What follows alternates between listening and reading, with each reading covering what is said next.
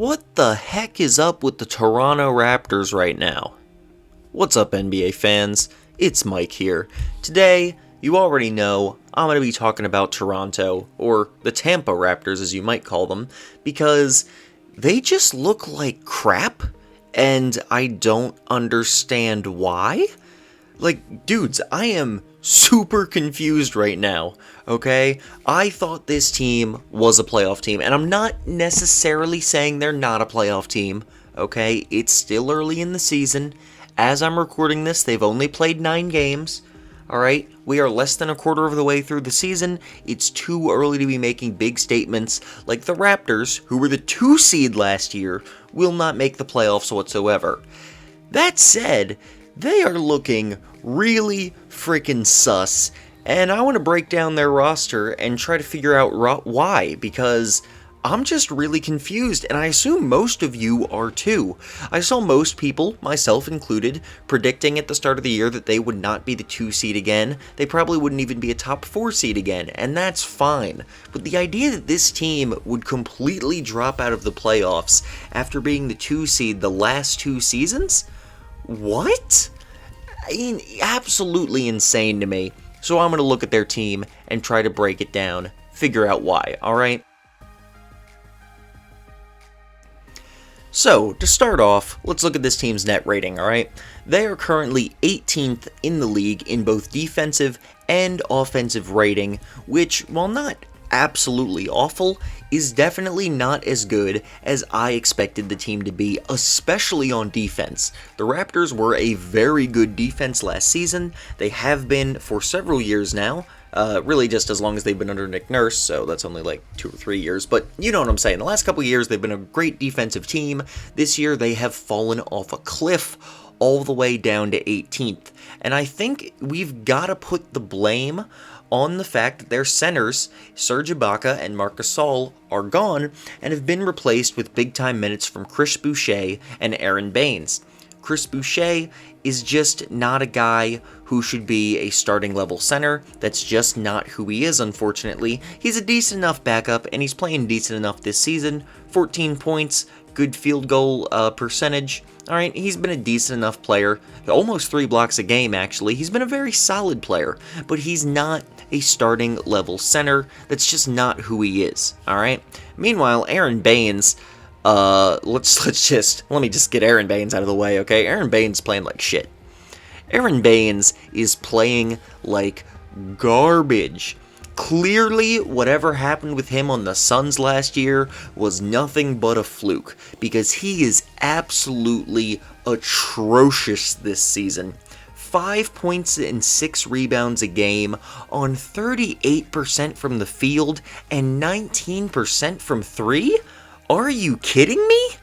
This is the dude who was draining threes like Big Steph Curry on the Suns last year. What the hell happened? I don't know. I don't understand what's up with Aaron Baines right now, but he is absolutely... I don't know what his contract is, but I promise you he's not living up to it, okay? He's playing like absolute garbage, and it's the same on both ends of the floor. He's too slow to switch to the perimeter, he's not a great post or rim protector, he's really pretty much just an average rim and post defender, and he has no switchability whatsoever. Meanwhile, on offense, I mean, you already heard what I just said, 5 points a game on terrible field goal percentage for anyone, especially a big man. A dude who is like 6'11", shooting 38% from the field, that's pathetic. Straight up pathetic. Also, he doesn't have a single block this season. Not a single block in 9 games? Now look, blocks and steals are not at all-encompassing defensive stats, okay? They do not even remotely tell the whole story, but do not have a single block at this height when you're playing 19 minutes a game? How? I'm pretty sure Seth Curry has at least 1 block this season. How on earth do you not have a single one, Aaron Baines? Man's been absolute trash. And his 3-point percentage leads me into the other big issue with the Toronto Raptors. Outside of their defense falling off a cliff, their 3-point percentage has not been good. Now, technically, it hasn't been that bad either. They are 18th in the league in three-point percentage, shooting a not terrible 36% from three. That is basically league average. However, they are first in attempts. You shouldn't be first in three-point attempts, shooting 43 of them a game, mind you, while only making league average on them. That is the problem with the Toronto Raptors. They're taking a ton of threes, and they simply don't have the personnel to back it up, alright? Look at Kyle Lowry. He's having a very solid season once again, 19 points and 7 assists. Okay field goal percentage, but some of that percentage comes from his 8 threes a game, which he is shooting at, what do you know, 36%. Pascal Siakam is shooting 5 threes a game at 33%. Not a good number. OG Anunoby might be the worst on the team. He's shooting, well, outside of Aaron Baines, obviously, who's, once again, absolute garbage. OG Anunoby, 28% on 6 attempts a game. Not a good number. Okay? These are some guys who are shooting a lot of threes, and they're just not making them. Now, some of their players have still been shooting well. Fred VanVleet, for example, has arguably been the best player on the team so far. 22 points a game. He's shooting 40% from three on 9 attempts a game. Absolutely fantastic, alright? Also 46% from the field, and 6 assists a game. Fred VanVleet has just been fantastic this year. Siakam and Kyle Lowry really haven't been bad, and Siakam's getting overhated right now. I've seen a bunch of people blaming him for the Toronto struggles, and it's just unfair to me. No, I'm not gonna lie, I like Pascal Siakam, so maybe I'm biased here, but the man's averaging 20 points, 8 rebounds, and 5 assists, along with a steal and a block, and he's doing it on 46% from the field, okay? Those aren't bad numbers. Yes, he's not the superstar some of us, myself included, thought he was going to become, okay? But he's still playing at an all-star level, and it's not his fault that he's just not as good as a bunch of people thought he was. It's not like he's playing bad. The man's playing decent. Yeah, he needs to take less threes and make more of them, okay? You shouldn't be taking 5 threes a game if you're only making 33% of them. But still, if he takes a few less threes, he's perfectly fine this season. He's also still an above-average defender. I'm hesitant to say he's an elite defender, but he's definitely above average. Fred VanVleet's been great. OG Anunoby, you know what he brings on the defensive end. The dude's averaging 2 steals a game, which is pretty nice.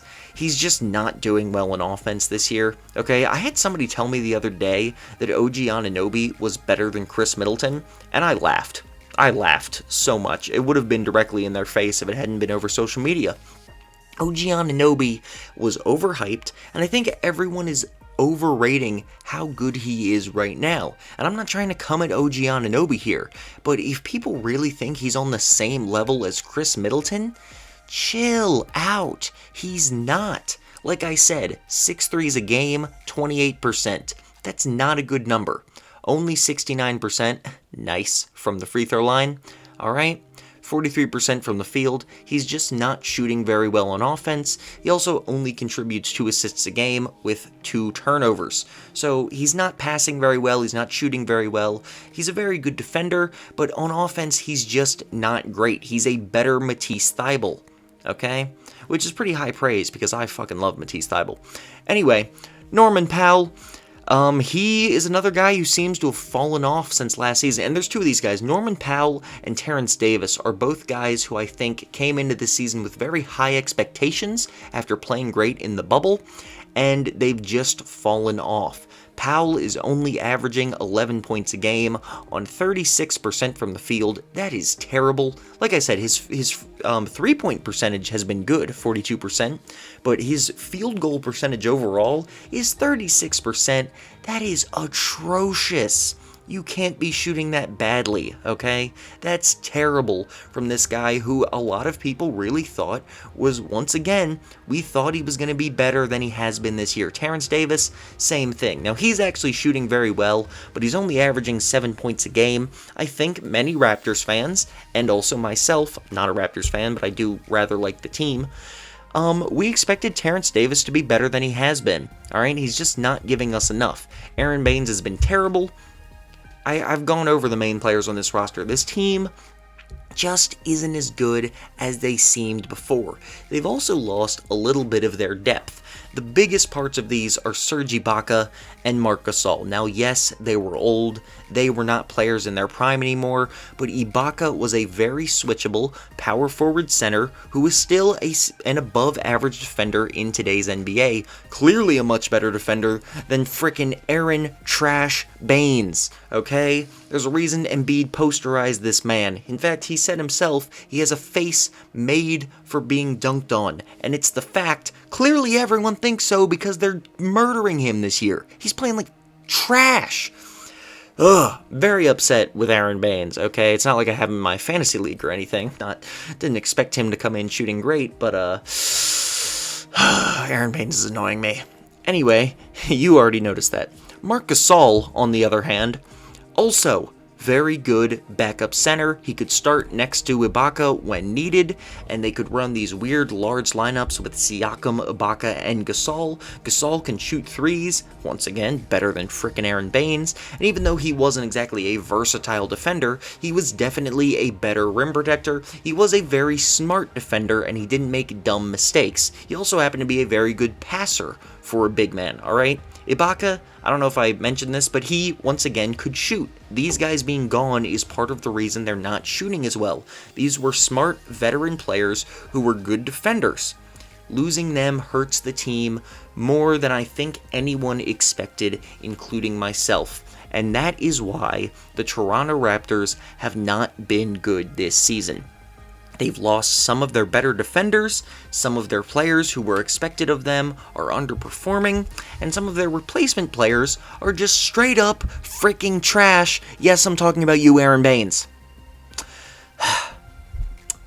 It's only 9 games into the season. It's going to be 10 by the time you guys are watching this. The Toronto Raptors still have time to come back, okay? They still have a great trio of Siakam, Lowry, and Fred VanVleet. Even if none of these dudes are superstars, that's a very talented trio. Norman Powell definitely has time to get his shit together. OG Anunoby is very young. He too can improve. Even Aaron Baines can probably get better this season. Hopefully. Please, let this man stop being the worst player on the planet. What the heck? If these things happen, the Raptors can absolutely still make the playoffs. 2-7 is a terrible record, but it's such a few amount of games, they can absolutely make a low seed in the East still at this point, okay? The bottom of the East is wide open. A lot of teams who people expected to make it, like the Wizards or the Hawks, are playing like dog shit. The Raptors definitely can still make the playoffs, they just need to get it together soon. Okay? I'm not counting them out of the playoffs yet, but they need to get their shit together soon. That is all I have for this video, guys. If you enjoyed watching, please like the video and subscribe to my channel. I would really appreciate it. Keep checking out my content. I'm trying my best to get videos out every single day. Thank you so much for watching. Have a good one.